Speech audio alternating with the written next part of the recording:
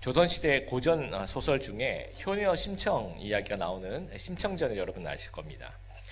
시각장애인 아버지 심학규가 이제 눈을 뜨게 해주는 대가로 공양미라고 하죠. 300석, 쌀 300석을 이렇게 바치기로 이제 약속을 합니다. 근데 이제 이 집은 가난해서 이제 그 쌀 300석이 없었는데 인당수라고 얘기하는 서해바다였을 것 같은데요. 그 사고 잦은 바다 용왕님을 달래기 위해서 인신공양을 이제 지원하면 쌀 300석을 주겠다고 해서 그 이제 바다로 뛰어들게 됩니다. 그리고 이제 그 용왕님이 다시 살려주셔서 이야기에 그래서 이제 왕비가 되고 이제 시각장애인들을 위한 그런 잔치를 벌여서 아버지를 다시 만나는 뭐 그런 이야기입니다. 오늘 우리가 읽었던 본문하고 요나서와 되게 비슷한 한 부분이 있습니다. 어떤 부분이 비슷한 것 같아요? 예, 용왕님을 달래기 위해서 인당수 바다로 이제 심청이를 바치는 그 장면, 그런 장면과 되게 비슷하죠. 그래서 이제 11절하고 11절도 그 얘기가 나오잖아요. 뭐 어떻게 하지 바다가 잔잔해지겠는가 물어보니까 나를 들어서 바다에 던지라라고 이제 요나가 얘기합니다. 그래서 오늘 제목은 이제 나를 들어서 바다에 던지라, 나를 바다에 던지라라고 한번 잡아봤습니다. 여러분 그 효녀 심청 같은 그런 마음이었을까요? 아니면 어떤 살신성인의 마음, 내가 하나 희생해서 우리 배에 탄 사람들 다 살려야지, 이런 효녀 심청이 같은 그런 마음이었을까요? 우리가 이제 성경을 해석할 때 이 선입견이라는 거, 또 우리 전래동화, 뭐 우리의 어떤 전통, 이러한 그 선입견이 성경 해석을 굉장히 방해하는 측면이 있습니다. 그러니까 지금 12절에서 얘기하는 요나의 마음, 정말 어떤 마음이었는지, 어떤 심정으로 이런 얘기를 했는지, 또 그 뜻이 어떤 의미죠? 나를 들어서 바다에 던지라는 말이 어떤 심정에서 나온 어떤 의미의 말인지 한번 살펴보기를 바랍니다. 요나가 심청이와 다른 점이 뭐냐면, 요나는 하나님을 섬기는 선지자라는 거예요. 율법을 이해하는 선지자라는 거죠. 인신제사라고 있는데 이제 당시에 사람을 이제 바치는 거죠, 제사로. 당시에 그 고대 근동이라든지 지중해라든지 뭐 잉카 문명, 또는 뭐 동양권의 인도나 중국이나 일본, 또 우리나라도 마찬가지입니다. 옛날에 아주 암암리에 만연되었었던 그런 제사입니다. 그런데 구약율법은 이 인신제사를 엄격하게 금지합니다.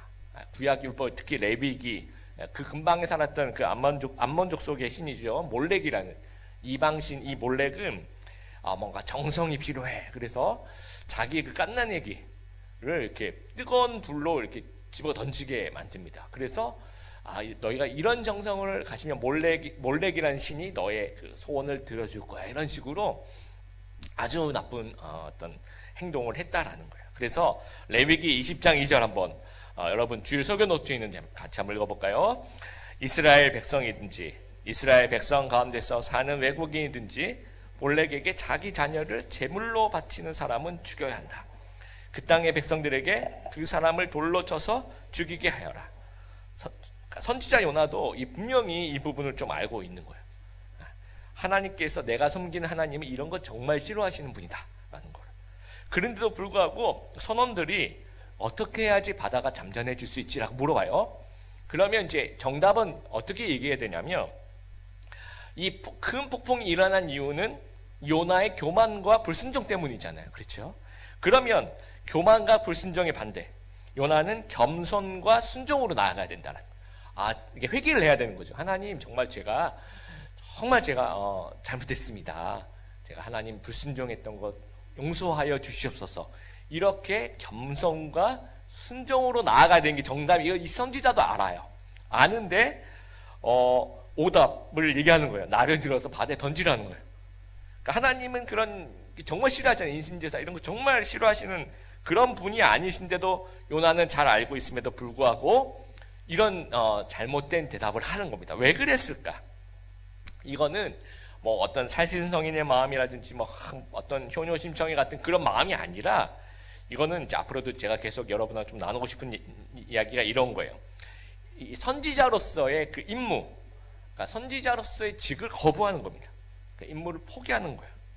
그래서 요나의 교훈은 타산지석의 교훈입니다. 이제 요나서 1장부터 4장까지 요나는 아주 일관되게 하나님 보시기에 좀 반대인 행동을 하는 거예요. 그러니까 이것이 타산지석의 교훈이죠. 그러니까 여러분 요나서를 공부할 때는 이렇게 하면 안 되는구나 이렇게 생각하는 교훈입니다. 그래서 나를 들어 바다에 던지라, 이것도 하나님이 생각하신 그런 정답이 아니라는 거예요. 그래서 선지자로서의 사역, 또 성도로서의 사역, 또 우리가 성도로서의 역할을 감당할 때 이렇게 요나처럼 포기하면 안 된다라는 겁니다. 그래서 요나가 선지자로서의 임무를 포기하려고 하는 그 세 가지 이유를 좀 본문에 살펴보고 요나같이 되지 않으려면 어떻게 해야 되는가 좀 살펴보길 바랍니다. 첫 번째는 마음을 조심하자라는 겁니다. 이 마음, 특별히 이 자존심에 대한 부분입니다. 요나에게 이 자존심 상하는 상황이 계속 발생하는 겁니다. 그래서 이제 우리 이제 앞부분에 이제 7절을 보면 이 재앙이라고 인식한 선원들, 왜냐하면 이 폭풍 자체가 평범한 폭풍이 아닌 거예요. 틀림없이 우리 중에 누군가가 잘못을 해서 신이 노여움을 일으킨 거야 이렇게 생각을 한 겁니다. 그래서 제비를 뽑아요. 근데 그 제비 뽑기에 대한 교훈은 구약에도 굉장히 많이 나옵니다. 우리 제사장 그 옷, 에봇이라 그랬죠. 그 옷 안에 두 가지 이렇게 제비 뽑는 걸 넣는데 혹시 기억나세요, 여러분? 우림과 둠밈을 넣죠. 그걸 가지고 이제 제사장이 두 가지 무엇인가 두 개를 가지고 이제 제비를 뽑는 그런 전통이 있어요. 그 당시에. 아마 이 벳사람들은 뭐 제사장의 옷을 입고 있는 것이 아니니까 아마도 이제 성경학자들은 동전같이 생긴 주사위 두 개가 있을 거예요. 이게 주사위 같이 던지는 건데 생긴 건 좀 동전같이 생긴 거. 그러면 이제 이 한쪽 주사위 같은 동전 같은 주사위는 검정색, 짙은 다크 색깔이고, 그 다음에 나머지 하나는 좀 화이트, 좀 흰색 가까워. 그럼 이 두 가지를 한꺼번에 하나, 둘, 셋 던지는 거예요. 그래서 이제 뭔가 하나 이슈가 있겠죠. 이 배는 누구 때문에 이렇게 폭풍이 왔는가, 이게 이슈죠, 그렇죠? 그러면 이제 이 까만 게 둘 다 이렇게 나오잖아요. 그러면 노인 거죠. 아니야, 이 사람이 아니구나. A를 딱 세워놓고, 근데 딱 던졌는데 하나는 까만 거, 하나는 하얀 거 이렇게 나오면 다시. 그래서 한 번 더 던지죠. 그리고 만약에 이제 던지는 가운데서 두 개 다 하얀 게 딱 나오면 너구나 이렇게 되는 거예요. 그러면 전체 승객이 뭐 한 이 정도 앉아 있다고 생각하면 요 끝에서부터 한 명씩 하는 거예요. 그러면 이제 만약에 요나가 저 끝에 앉아 있다면 한 명씩 하면 우리 같으면 어떨 것 같아요, 여러분? 이게 조금 하다 보면 지금 상황을 파악할 거 아니에요. 지금 누구 때문에 지금 이렇게 됐는지 알아맞히는 거구나. 그러면 어떻게 해야 됩니까? 저희 이제 여기 자기까지 올 때 기다리지 않고 손을 들고 제가 저 때문입니다. 너무 많은 사람들이 이렇게 하지 마시고 저 때문에 하나님이 저 때문에 이제 진노하셔서 큰 폭풍을 일으킨 겁니다. 이렇게 얘기하면 되거든요. 근데 자기 순서가 올 때까지 아무 얘기 안 하고 맞지 아닌 것처럼 이런 걸 심이 된다 그러죠. 심이 뚝 되면서 이렇게 가만히 앉아 있는 거. 그래서 자기 순서가 와서 이 어떤 제비를 딱 던지니까 딱 이렇게 자기가 나온 거예요. 여러분, 그래서 처음에 제가 이 성경을 읽을 때는 이게 먼저 자기가 가서 얘기하면 되는데 왜 그랬을까 생각을 했더니 이제 다시 한번 생각해 보니까 이런 마음도 저한테 좀 있는 것 같아요. 여러분 그렇지 않나요? 뭐 만약에 뭔가 잘못을 했어요. 전체로 물어보면 안 했다 그러죠. 근데 한 명씩 검사를 하는 거예요. 그러면 그 자리에서 이렇게 확 얘기하고 싶지 않고 뭔가 감추고 싶고 그런 마음이 있지 않습니까, 여러분? 뭔가 이렇게 그리고 또 내가 뭔가 몰래 하다가 딱 걸릴 때 굉장히 민망하잖아요. 그런 적 없습니까, 여러분? 제가 이렇게 몰래 하다 걸렸을 때 제가 그 군대에 있을 때 제일 민망했었던 것이 가끔씩 이렇게 빵 배달을 했어요, 제가. 그래서 이제 밤에 이렇게 예비군들한테 그 훈련을 나갈 때 이제 부대에서 빵을 받아놓고 이제 현역병들한테 주는 거예요. 그러면 그거를 가지고 이제 저녁에 나가는데 배달하는 도중에 이제 언제나 배가 너무 고프더라고요.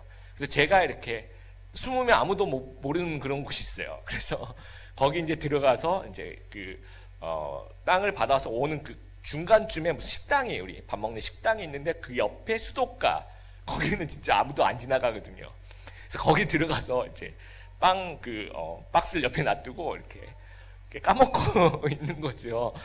그래서 이제 늘 그랬어요. 근데 그날은 이렇게 먹고 있는데 갑자기 누가 날 딱 보는데 저도 깜짝 놀래가지고 이렇게 빵을 먹다가 이렇게 봤어요. 봤더니 이제 저희 부대에서 제일 높으신 분이 제가 만날 수 있는 제일 높은 분 우리 대대참모가 저를 이렇게 쳐다보고 있는 거예요.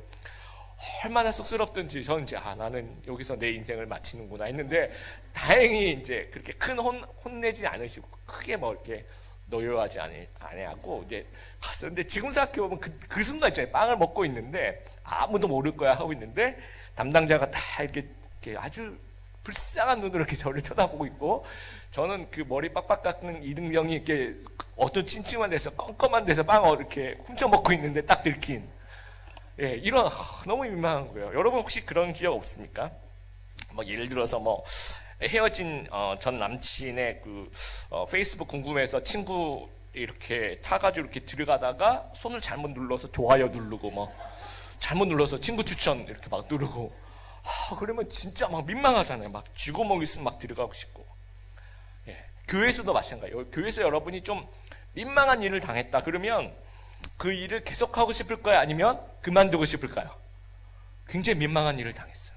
그러면 우리 마음속에 그래도 뭐 괜찮아 이런 마음도 있지만, 그러나 이게 인간이 죄인이기 때문에 막 민망하면 민망할수록 나를 들어 바다에 던지라 라고 얘기하고 싶은, 정말 부끄럽고 민망하고 당황하고 자존심 상하는, 지금 요나가 그거 같아요. 막 내가 안 했어. 그리고 막 이렇게 막 감추고 싶은데 제비를 뽑혔는데 하필이면 요나가 뽑히는 거예요. 얼마나, 그때 이 사람 유명인이잖아요. 그렇죠? 얼마나 쑥스러웠을까요? 예, 그런 마음이란 거죠. 나를 바다에 좀 던져라. 예. 또 제비 뽑힌 요나에게 선원들이 이제 설명을 요구합니다. 이제 9절 10절에 너는 누구냐? 도대체 무슨 일이 있었길래 네가 뽑혔냐? 이렇게 물어보니까 이렇게 얘기하면 나는 바다와 육지를 지으신 하늘의 하나님을 믿는다. 그런데 난 도망쳤다. 이렇게 얘기를 하는 거예요. 근데 여러분, 우리 크리스찬들이 무언가 설명을 할 때 안 믿는 사람들이 들어도 좀 이해가 돼야 되거든요. 근데 지금 이 구절은 상식적으로 이해가 안 되는 거예요. 왜냐하면 바다와 육지를 지으신 하나님을 믿는다고 하는데 육지에서 죄를 짓고 바다로 도망친 거예요. 예를 들어서 여러분이 이제 조직에 있는 그 조직원이라고 생각해봐요. 그 조직은 서울과 인천에 나와바리가 있는 그런 조직이에요. 그럼 여러분이 서울에서 뭔가 나쁜 짓을 했어요. 그래서 조직의 눈을 피해서 인천으로 도망간 거예요, 지금. 그러니까 여러분 서울에서 죄를 지었으면 어디로 가야 되죠? 부산이나 저기 뭐 인천이 아닌 곳, 서울과 인천이 아닌, 찾아올 수 없는 그 어떤 나와바리가 아닌 곳으로 가야 될 거 아니에요. 근데 육지에서 죄를 짓고 바다로 도망치면서 하는 말이 바다와 육지를 지으신 하나님을 내가 믿는다. 이렇게 얘기하니까 선원들이 정신 좀 차리라는 겁니다. 10절에 내가 어찌하여 그렇게 행하였느냐. 성경은 굉장히 이렇게 점잖하게 썼어요. 근데 실제로 뱃사람들이 내가 어찌하여 그렇게 행하였느냐 이렇게 얘기하진 않았을 것 같아요. 욕을 했을 것 같아요. 진짜 네가 생각이 있는 애냐? 정말 생각 좀 해봐라. 이렇게 막 혼난 거죠. 혼나면 마음이 상하죠. 그렇죠? 누군가 여러분에게 비난을 했다고 생각합니다. 생각해 보세요. 그러면 그 비난을 듣고 드는 생각은 기분이 나쁘죠. 그렇죠? 자존심 막 상하는 거죠. 그러니까 나를 들어 바다에 던지라 얘기하고 싶은 겁니다. 성도로서 하나님께서 맡기신 임무가 있어요. 그 임무를 수행하는 거죠. 또 그것이 교회 직분일 수도 있고 소그룹 리더일 수도 있고, 또는 내가 직장에서 직업 소명일 수 있고 성도로서의 성화의 삶을 사는 것일 수도 있습니다. 그런데 누군가가 막 내 자존심을 건드리는 거예요. 상상을 해보세요, 여러분. 누군가 여러분 막 비난해요. 누군가 여러분 막 비판해요. 의심해요. 아니면 막 사람들한테 막 욕을 하고 돌아다녀요. 막 조롱을 해요. 아니면 뭐 여러분을 아주 기분 나쁘게 하는 거예요. 그러면 여러분이 이 정도는 참고 해야지 라는 생각이 들까요? 아니면 나를 들어 바다에 좀 던져라 라는 마음이 들까요? 다 때려치고 싶고 막 귀찮고 이런 마음이, 이게 이제 요나의 마음이라는 거예요. 근데 사단 입장에서 보면 크리스찬으로 하여금 임무를 포기하게 하는 법 너무 쉽습니다. 단 한 명만 여러분 기분 나쁘게 하면 돼요. 그러니까 우리가 그렇게 쉽게 좀 무너지는 거예요. 근데 만약에 누군가가 나를 기분 나쁘고 자존심 상하게 한다고 해서 내가 하나님의 일을 그만두었다. 그러면 하나님의 일을 감당할 사람 누가 있느냐는 거죠. 그럼 주님의 일은 어떻게 되느냐는 겁니다. 그래서 우리가 좀 마음을 다스리고 좀 마음의 자제력을 키울 필요가 있다라는 거예요. 특별히 하나님의 사람들은. 그래서 따라해 보겠습니다. 자존심은 자존감으로 다스리자. 그렇게 작게 얘기하니까 제가 자존심이 좀 상해요. 다시 자존심은 자존감으로 다스리자. 이 자존심이라고 얘기하는 것은 타인과의 관계가 굉장히 큰 영향이 있습니다. 그런데 자존감, 이거는 이제 여러 해석이 가능하지만 크리스찬으로서의 자존감 얘기하는 겁니다. 크리스찬으로서의 자존감 뭐냐면 구원, 이게 그 배경이 구원이 된 하나님이 나를 사랑하셔서 나에게 생명을 주신 거예요. 그럼 여러분 귀해요, 안 귀해요? 엄청나게 귀한 분들이에요, 여러분들. 그러면서 내가 스스로 하나님이 나를 사랑하시고 구원했으니까 나는 귀한 사람이다 라고 생각하는 것이 크리스찬의 자존감이라는 거예요. 그러면 이것은 자존감은 하나님과 나의 관계입니다. 그래서 자존감이 높으면 타인의 그 의존하는 그 부분이 낮아져요. 하나님 나를 사랑하시는데 누가 옆에서 뭐라 그래도 크게 지장이 없거든요. 예, 그리고 자존심에 대한 영향이 크지가 않아요. 그러니까. 근데 반대로 내가 하나님이 나를 사랑하신다는 생각이 적고, 그래서 나는 귀하다는 생각이 적고, 그런 크리스찬의 그 자존감이 낮으면 누군가 옆에서 얘기하는 부분에 굉장히 민감할 수밖에 없어요. 조금만 뭐라 그래도 자존심이 확 상해버리는 거죠. 그래서 그 자존심이 상하면 나를 뒤로 바다에 던져 라고 얘기하고 싶은 마음이 든다라는 겁니다. 그래서 하나님과 여러분의 관계 속에서 형성된 그 높은 자존감, 그것을 가지고 마음의 문제를 다스려가는 그런 성숙한 성도님들 다 되시기를 바랍니다. 두 번째, 하나님의 더 나은 계획을 신뢰하자라는 겁니다. 우리가 이럴 때 있잖아요. 처음 어떤 계획을 세워요. 마음에 먹고 이렇게 하겠다라고 얘기하는 그런 것이 있는데, 그게 그 진행되는 과정 속에서 뭐가 잘 안 되잖아요. 그럼 굉장히 실망해요. 의욕을 상실합니다. 그러니까 요나의 계획이 무엇입니까? 요나는 도망가는 거예요. 도망가서 이게 그 이런 도망자 감성이라는 표현을 여러분 갬성이라고 얘기죠. 도망자 갬성. 뭔가 이렇게 뭐 시키면 안 하고 어디를 가요? 뭐 한강 주변에 있는 카페 뭐 이런 누가 안 보는 이런 데 도망가서 커피 한 잔 딱 마시면서 이렇게 그 도망자 감성 음악 딱 들으면서 그 갬성을 즐기고 있는데 이 요나도 근데 그걸 즐기고 있었겠죠. 하나님 낯을 피해서 배를 딱 탔어. 기분 좋겠죠. 그리고 배 밑창을 들어서 잠을 자요. 그런 감성을 즐기고, 도망자 감성을 즐기고 있는데 하나님께서 이제 큰 폭풍으로 너 어디가 이런 거예요. 너 지금 자고 있는데 일어나 이러는 거죠. 좀 방해받는 느낌이 드는 거예요. 요나 입장에서는 그래, 나는 왜 이렇게 일이 잘 안 되지? 나는 왜 이렇게 뭔가 꼬여가지 일이? 하면서 어떤 짜증이 나기 시작합니다. 의욕이 상실이 되는 거죠. 한번 생각해 보세요. 하나님께서 요나를 큰 폭풍으로 띄우신 거, 이것은 하나님이 요나를 골탕 먹이려고 그랬을까? 그건 아니라는 거예요. 그러니까 하나님이 그 요나의 계획이 도망치는 건데, 그렇게 되면 요나는 하나님과 이제 관계가 없어지는 거거든요. 이제 끝나는 거죠. 요나 인생은 뭐 선지자로서 인생은 끝나는 거죠. 그러니까 요나를 사랑하신 하나님은 또 다른 계획을 갖고 계시는 거예요. 그것이 큰 폭풍으로 나타나는 겁니다. 그러니까 큰 폭풍을 통해서 요나에게 깨달음을 주고 싶은 거예요. 어떤 교훈을. 그러면서 요나를 회복시켜 주시려고 하는 거죠. 자, 13절에 우리가 읽었던 본문을 보시면 요나 이렇게 얘기합니다. 여러분, 나 때문에 12절에 나 때문에 이렇게 됐어요. 그래서 저를 바다에 던지세요. 여러분, 선언이라 생각해 보세요. 막 정말 고생하고 막 어떤 다 바다에 집어 던지고 그러는데 원인을 찾은 거예요. 이 사람 때문에 우리가 이렇게 죽기 일보 직전이구나. 그런 생각이 들면 여러분, 요나를 어떻게 할 것 같아요? 얘기하자마자 바로 칼을 들어서 체포. 그래서 바로 그냥 우리 죽기 전에 빨리 집어 던지자. 이렇게 얘기할 것 같은데 13절에 보면 요나가 그렇게 말했지만 우리 개역기전에 보면 그러나라고 얘기하고 있어요. 그러나 선원들은 배를 육지 쪽으로 저어가려고 애썼습니다. 이게 너무 멋있지 않나요, 여러분? 나 때문에 그래요. 나를 던지세요. 이렇게 얘기했지만 이 사람들은 요나를 살리고 싶은 거예요. 무슨 소리냐고 하면서 힘을 다해서 육지 쪽으로 이제 어떻게든 가서 좀 살려보려고 노력을 하는 거예요. 이 모습. 그러니까 이것이 굉장히 대조되는 모습이라는 거죠. 왜냐하면 요나는 니느웨 사람들 살릴 생각이 없었거든요.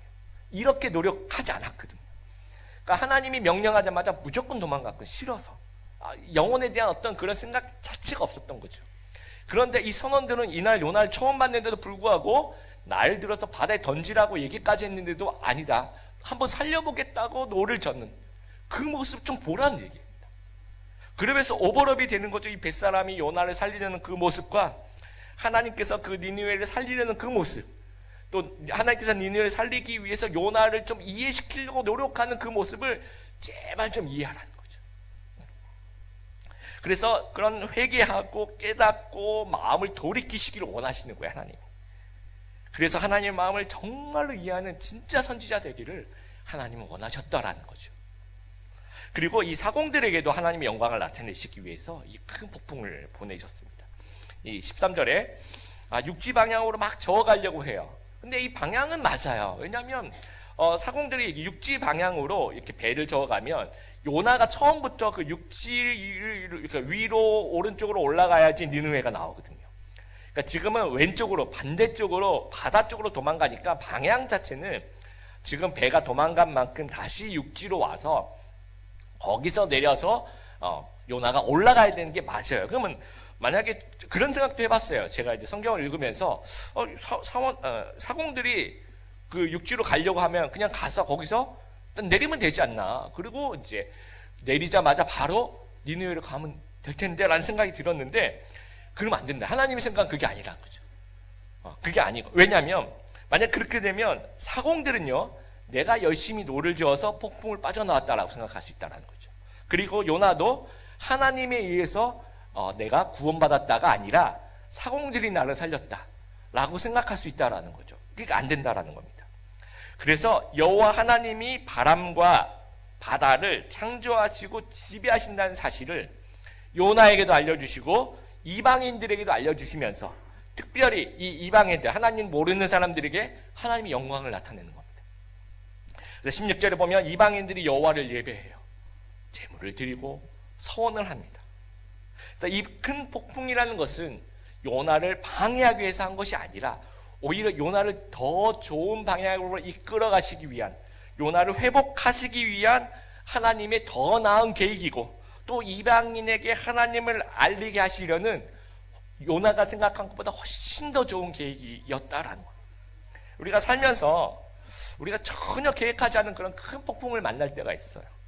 뭔가 자꾸 길이 막히고 뭐가 자꾸 안 풀려요. 이럴 때 우리가 속상해하고 의욕상실하고 하나님 왜 자꾸 나를 방해할까, 이렇게 생각하면 안 된다라는 겁니다. 하나님의 더 나은 계획이 있으면 우리가 좀 이해하고 우리가 좀 묵상하고 그 더 나은 계획이 있는 하나님을 신뢰해야 된다라는 겁니다. 그럴 때 하나님의 영광이 나타난다는 사실을 우리가 꼭 기억하게 되길 바랍니다. 세 번째, 믿음의 지구력을 키우자라는 겁니다. 멕시코 오지에 타라우마라라는 부족이 있습니다. 이 부족은 주로 사슴 사냥을 하는데, 사슴을 어떻게 잡는 게 이게 되게 독특해요. 활을 이렇게 쏘거나 아니면 창을 던져서 잡지 않고, 아니면 덫 같은 거, 덫을 놔서 이렇게 잡거나 그렇지 않습니다. 맨손으로 아무런 거 안 갖고 가요. 그러니까 맨손으로 잡아요, 사슴을. 어떻게 잡냐면, 이 타라우마라족은 이 주특기가 뭐냐면, 이 부족은 이제 달리는 족이에요. 오래 달리게. 그래서 정말 오래 달리는 친구들은 한 700km 이렇게 달린대요. 쉬지 않고. 그리고 이제 조금 뛴다, 이거 아주 잘 뛰는 친구들이고, 조금 뛴다는 친구들은 500km. 그러니까 서울에서 부산까지 시작하면 뛰어가는 거예요, 며칠 동안. 그러면 500km라면 우리가 마라톤이 어떻게 되죠? 42.195km죠. 그럼 마라톤을 한 12번 이렇게 완주하는 거랑 마찬가지입니다. 네. 근데 여러분, 사슴 사냥을 한다고 쳐봐요. 이 사슴 한 마리가 있어요. 잡아야 되겠다 싶으면 뛰죠. 그럼 사슴도 뛰어가겠죠, 그렇죠? 사슴, 또 술록 같은 사슴은 시속 한 60km 정도. 그럼 사람은 물론 치타가 팍 뛰면, 치타는 뭐 한 시속 한 120km 뛰죠. 그런데 이제 치타가 이제 약점이 뭐냐면 순간 속도는 빠른데 한 300m, 500m 이렇게 1km 반경에서는 더 이상 못 나가는 거예요. 너무 지쳐가지고. 그러니까 그 120km 못 내는 겁니다. 그 안에서 못 잡으면 못 잡는 거예요. 그러면 이제 이게 타라우마라족이 보고 사슴이 있어요. 그러면 이제 잡으러 뛰어가겠죠. 그럼 사슴도 같이 뛰겠죠. 그럼 시속 60km로 뛰고, 여기는 인간이 마라톤 속도로 뛰면 그게 시속 한 20km 정도 됩니다. 굉장히 빨리 뛰는 거죠. 그 한 시속 20km 정도 이렇게 뛴다고 해보세요. 그러면 사슴을 처음에는 못 잡아요. 처음에 못 잡는데 한 이틀 뛰어간다 생각해보세요. 쉬지 않고. 그 이틀 이게 뛰다 보면 사슴이 계속 보면 계속 또 따라오니까 쟤는 뭘까 막. 쟤는 뭘까? 쟤는 상처를 받는 거죠. 쟤는 뭘까? 그리고 또 한참 뛰다 보니까 또 쟤가 계속 따라오는 거예요. 그러면 하루 이틀 정도 되면 애가 탈진을 해요. 사슴이. 나를 들어 바다에 던져라. 이렇게 되는 거죠. 그래가지고 도저히 다리가 풀려가지고 사슴이 이렇게 쓰러진대요. 그러면 이거는 뭐 이렇게 가가지고 이렇게 들고 없고 그냥 오기만 하면 되는 겁니다. 그게 쉽죠, 여러분. 그러니까 바람이 불고 비가 오고 춥고 덥고 넘어지고 그래도 이렇게 달리는 거예요. 사슴보다 오래 달리면 사슴을 잡는 거예요. 이게 지구력이라는 겁니다. 여러분 사도행전 14장에 보면 사도 바울의 그 1차 전도 여행에 대한 얘기가 나오는데 루스드라라는 성에 가서 이제 사도 바울이 이제 복음을 전해요. 근데 유대인들이 반대해가지고 이 돌멩이를 들어서 던집니다. 여러분 그 구약에 보면 아주 그 악한 잘못을 했을 때 이게 돌을 던져서 죽이는 간음을 했거나 이제 그 구약 시대에 그 돌이 여러분 이런 이따만한 돌을 사람들이 다 던진다고 생각해보세요. 맞으면 뭐 피가 터지죠. 피 흘리면서 이제 죽는 아주 그 이제 극형이죠. 근데 정말 뭐랄까요? 사도 바울이 좀 신성모독이라고 이제 유대인들이 생각했던 것 같아요. 유대인들이 생각하는 다른 복음을 전한다라고 생각했던 것 같아요. 그러니까 이단자들에게 주는 벌이라고 생각하고 와서 돌멩이를 던져 죽였다. 그래서 그 이제 사도행전 14장에 보면 돌에 맞아 죽은 줄 알고 그럼 이제 맞아서 쓰러졌을 때 사람들이 봤을 때 사도 바울이 죽었구나라고 생각한 거예요. 그래서 사람들이 질질 끌고 이제 성 밖으로 가서 버린 거예요. 죽었다고 생각하고. 그거를 이제 크리스찬들이 가가지고 빨리 이제 무슨 이제 소식을 들었겠죠. 그래서 보니까 숨이 이렇게 붙어 있는 거예요. 안 죽었어요. 그래서 겨우 이렇게 살려가지고 이제 성 안으로 이제 집에서 이제 치료를 하기 위해서 이제 데리고 온 겁니다. 우리 한번 생각해보세요. 여러분 단기 선교를 갔어요. 단기 선교까지는 아니고 이 명동에 이제 복음 전파로 예수님이 하나님이시라고 막 전하고 있으니까 사람들이 막 보도블록을 깨서 여러분을 막 집어 던지 막 그 이단이라고 막 그래서 여러분이 막 맞고 보니까 죽은 것 같아서 이렇게 버려가지고 여기 충무로역 앞에 이렇게 버렸어요. 그래서 이제 나중에 우리가 교회 가다 보니까 보니까 이게 살아있네. 그래가지고 끼웠어요. 그랬다고 생각해보세요, 여러분. 그러면 여러분 어떨까요? 막 병원 일단 가야 돼. 그리고 입원을 일단 해야 되고 검사 또 해야 되고 그리고 몇 년 또 몇 달 또는 몇 년 안정을 지어야 되겠죠. 네. 그런데 사도 바울이 어떻게 했냐면 그리고 이제 하룻밤 자고 그 다음날 바로 그 다음날 다음 행선지인 더베라는 성으로 가요. 가서 또 복음을 전합니다. 이게 회복력이라는 거예요. 그리고 이제 원래 예정대로 가는 거예요. 맞은 건 맞은 거고 원래 예정대로 복음을 전하러 갑니다. 그리고 더베라는 곳에서 다시 루스드로 다시 가요. 왜냐하면 그렇게 갔다가 그렇게 가는 게 돌아가는 것이 예정이었던 거예요. 그럼 다시 루스드라에 가서 자기가 정말 맞아서 죽을 뻔한 그곳에 가서 또 복음 전합니다. 이게 어떤 연속성이고 믿음의 지구력이라는 거예요. 또 우리는 막 끌려가서 돌에 맞는 것은 고사하고 우리 그 믿음의 공동체에 누군가가 한 명이 나에게 돌만 던져도 우리는 그만두고 싶은 마음이 있을 거예요. 그렇죠? 그게 뭐냐면 우리 성도일수록 우리 교회 다니시는 분들이 되게 착해요. 순진해요. 그럴수록 쉽게 손을 떼는 경향이 있어요. 나 안 할게. 근데 우리 그 속담은 아니고 우리 이렇게 좀 많이 들은 얘기 중에 이제 이게 뭐라고 얘기해야 되나? 속담? 이런 구호? 개는 짖어도 기차는 간다라는 그런 구호가 있어요. 근데 이게 누가 많이 쓰는지 한번 여러분 한번 찾아보세요. 누가 많이 쓰냐면 북한 지도자들이 많이 써요.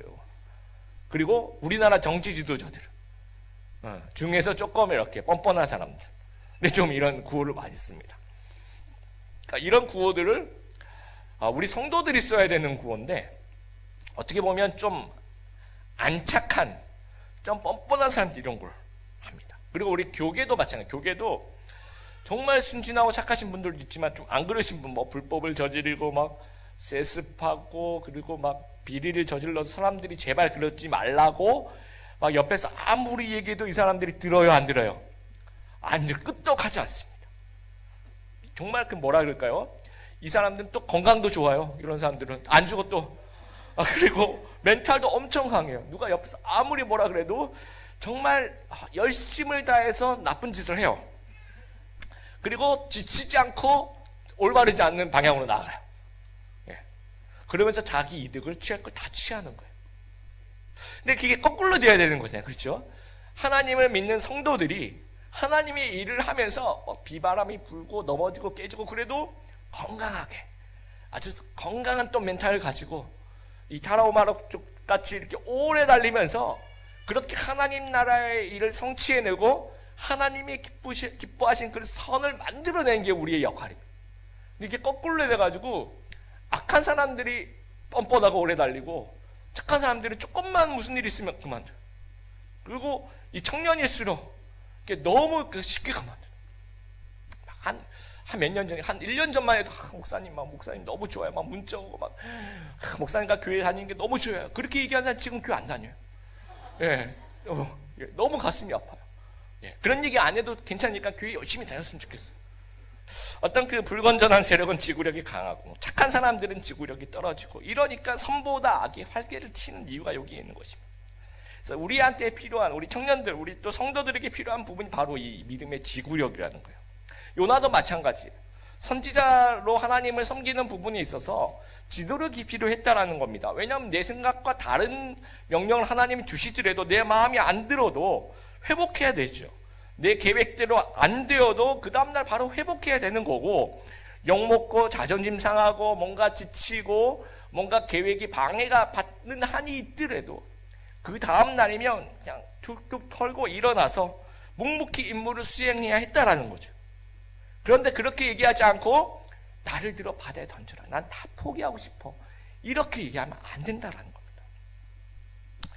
그래서 성도는요, 악인들은 이익에 초점을 맞추니까 이거를 끝까지 갖고 가는데 우리는 어디에 초점을 맞춰야 되냐면 소명에 초점을 맞추는 게 거룩한 목표, 숭고한 목표가 있어요. 우리는 하나님의 사람으로서 이 성화를 완성해야 되고 또 하나님이 주신 이 임무를 잘 감당해야 되고 하나님이 주신 이 직분을 잘 감당해야 돼요. 그러면서 그게 소명이에요. 하나님께 영광 돌리고 하나님이 기뻐하시는 그 모습을 우리가 이제 오래 달리면서 그걸 보는 겁니다. 그래서 예를 들어보세요. 여러분, 선인과 악인이 같이 오래 달리기를 한다고 생각해봐요. 그러면 우리가 더 오래 달려야 되죠. 그래야지 이길 수 있는 거잖아요. 그렇죠? 지구력이 있어야지 하나님의 영광이 나타난다는 거, 여러분 꼭 기억하게 되길 바랍니다. 우리가 믿음 생활 하다 보면 포기하고 싶고 당황스럽고 의욕이 상실될 때가 있습니다. 그때 나는 포기하고 싶어. 나를 들어 바다에 던져. 이렇게 얘기한다면 난 요나가 되는 거예요. 그렇죠? 그래서 우리 귀한 우리 성도 여러분, 포기하지 않는 귀한 성도님들 되기를 바랍니다. 아까 그 설교하기 전에 우리가 봤던 영상 있죠? 2002년 솔트레이크 동계올림픽 쇼트트랙 금메달리스트 스티븐 브래드버리에 대한 이야기죠. 이분이 제일 마지막에 그 상을 타면서 하는 얘기 여러분 기억나시죠? 내가 12년 동안 최선을 다했던 이런 상을 받게 됐다라는 거예요. 그 12년 동안 때로는 넘어지고 때로는 뭐 다쳐서 바늘로 꼬매고 그 다음에 은퇴의 위기가 있고 그 과정을 거치면서 꾸준히 그 12년 동안 연습하고 최선을 다한 결과로 이런 상을 받게 되었다라는 겁니다. 우리 좀 마음을 좀 잘 다스리는 우리 귀한 하나님의 백성들 되길 바랍니다. 이 자존심보다는 하나님과 맺은 자존감, 이것 붙잡고 여러분 살아가게 되길 바라고, 하나님이 더 나은 계획, 다른 계획 좀 신뢰할 수 있는 여러분 되길 바랍니다. 그리고 이 믿음의 지구력을 좀 오래 달릴 수 있는, 그래서 어떤 어려움에도 인생의 큰 풍랑에도 바로 회복되어서 연속성을 가지고 하나님의 소명과 임무를 잘 감당하는 하나님의 사람, 하나님의 제자 다 되시는 귀한 성도님들 되시기를 주님의 이름으로 축복합니다.